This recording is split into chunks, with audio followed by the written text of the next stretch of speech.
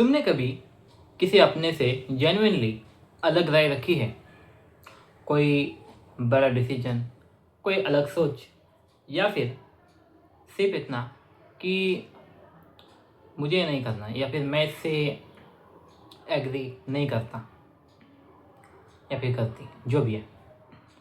और उनका रिएक्शन देख के लगा कि तुमने कुछ बहुत ही ज़्यादा गलत कर दिया, जबकि तुमने सिर्फ अपनी बात क्लियरली सामने रखी है। कोई चीखना नहीं, कोई चिल्लाना नहीं, किसी को गाली नहीं दी, किसी का कुछ छीना नहीं, बस इतना कहा कि ये मेरी चॉइस है या मैं इस चीज़ से एग्री नहीं करता। और फिर जो हुआ, मतलब प्रेशर या फिर साइलेंस या फिर गिल्ट ट्रिपिंग या वो फैमिलियर हेवीनेस जो घर में आ जाती है अक्सर, वो सब सिर्फ इसीलिए क्योंकि तुमने एक अलग पोजीशन रखी। पहले बहुत कंफ्यूजिंग लगता है, लगने लगता है कि शायद मैं ही कुछ गलत हूँ, शायद मुझे कुछ ठीक करना चाहिए, कंफर्म करना चाहिए। Confirm, not confirm, confirm. आज हम एग्जैक्टली इसी पे बात करते हैं। कलेक्टिविस्ट फैमिलीज में अपनी अलग सोच रखना इतना थ्रेटनिंग, इतना खतरे का सौदा क्यों हो जाता है? ये पैटर्न कहाँ से आता है और इसका तुम्हारी लाइफ पे एक्चुअली क्या असर पड़ता है? चलते हैं।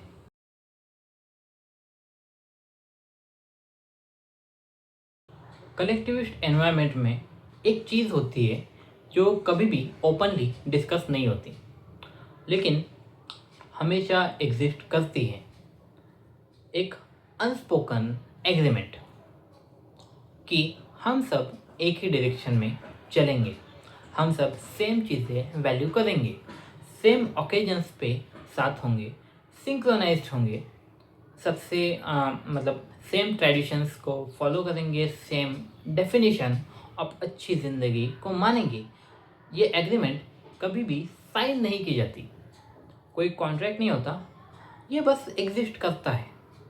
और जब तक सभी लोग इसको फॉलो कर रहे हैं, जब तक सभी लोग इसको मान रहे हैं, तब तक ग्रुप में शांति रहती है, खुशहाली रहती है, हार्मनी रहती है, एक sense of unity, sense of synchronization रहता है।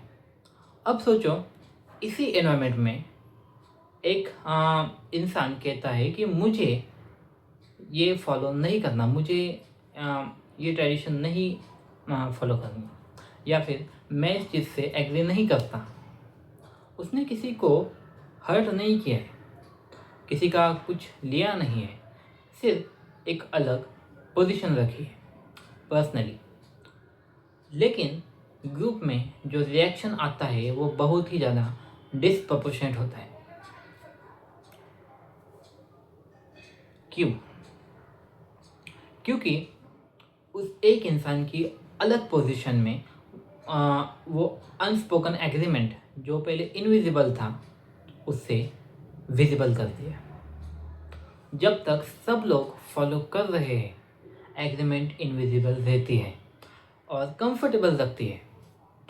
लेकिन जब कोई रुक जाता है और कहता है कि मैं इसका हिस्सा नहीं हूँ, तब बाकी लोगों को पहली बार दिखता है कि ये एग्रीमेंट था और ये ऑप्शनल था।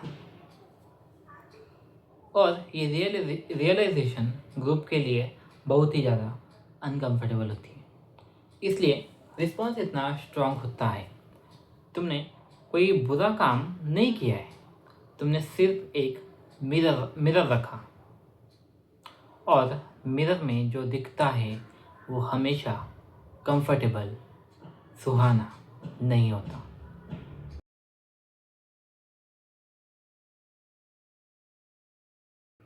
ये समझने के लिए एक स्टेप पीछे जाना पड़ेगा।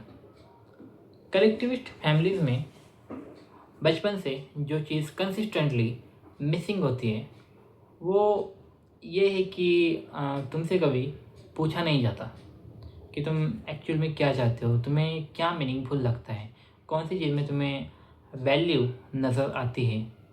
ये सवाल बहुत ही ज़्यादा एलियन टाइप लगते हैं, बहुत ज़्यादा अनजाने मतलब लगते हैं। और ये सवाल सेल्फिश लगते हैं। इतना मतलब ऐसे सोच आती है कि इतना अपने बारे में क्यों सोचना है। तो बचपन से जो डेवलप होता है वो कभी ये नहीं होता कि मैं कौन हूँ, मतलब ऐसे क्वेश्चन डेवलप नहीं होते। जो डेवलप होता है वो ये होता है कि मुझे कैसा होना चाहिए।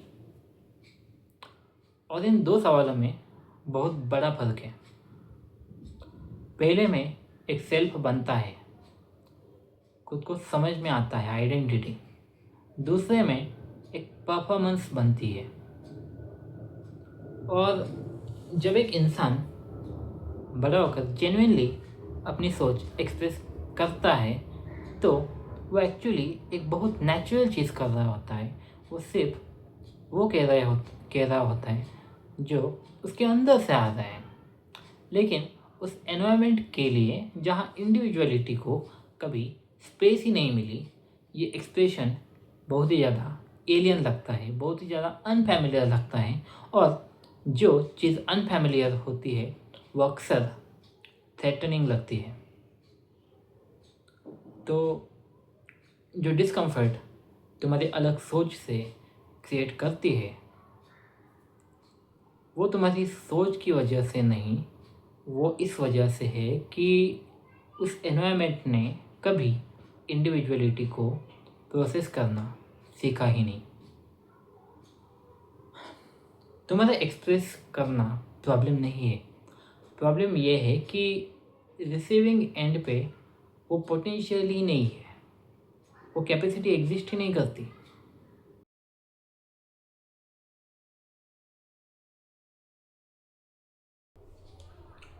अब ये जो रिस्पॉन्स आता है तुम्हारी अलग सोच के बाद, इसमें एक पैटर्न होता है जो बहुत सटल है लेकिन बहुत डीपली काम करता है।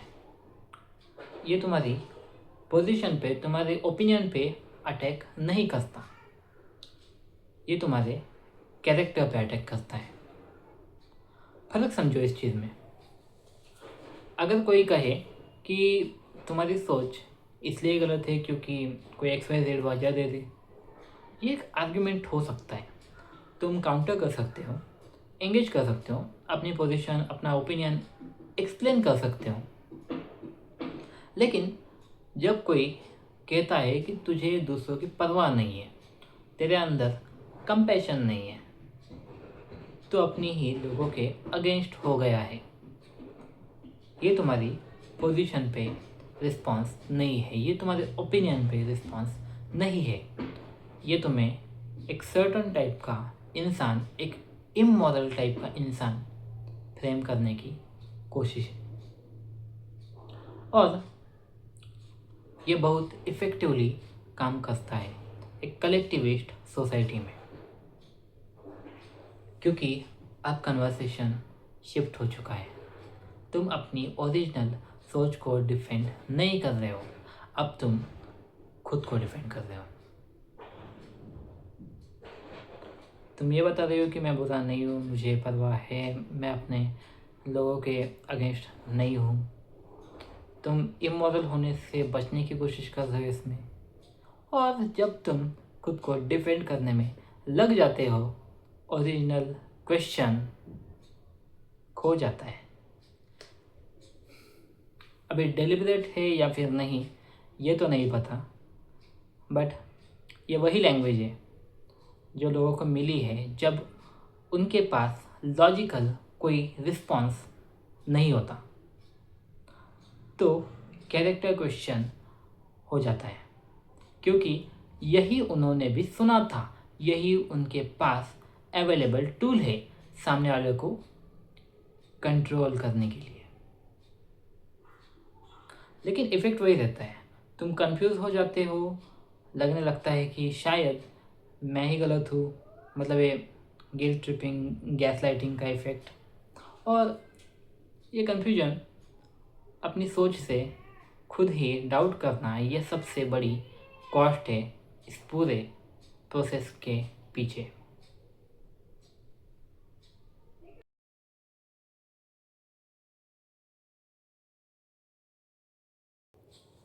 तो दोस्त, आज हमने ऑब्जर्व किया कि कलेक्टिविस्ट फैमिलीज में अपनी अलग सोच रखना इतना अनसेटलिंग क्यों हो जाता है, दूसरों के लिए भी और अक्सर खुद के लिए भी।